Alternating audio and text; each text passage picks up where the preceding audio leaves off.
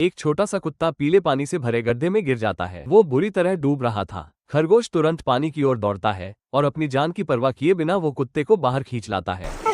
कुत्ता बच जाता है और भावुक होकर खरगोश को गले लगा लेता है। उसी पल से दोनों की गहरी दोस्ती की शुरुआत होती है। कुछ दिन बाद दोनों दोस्त एक सुंदर से पार्क में मस्ती कर रहे होते हैं। तभी एक शिकारी की नजर उन पर पड़ती है।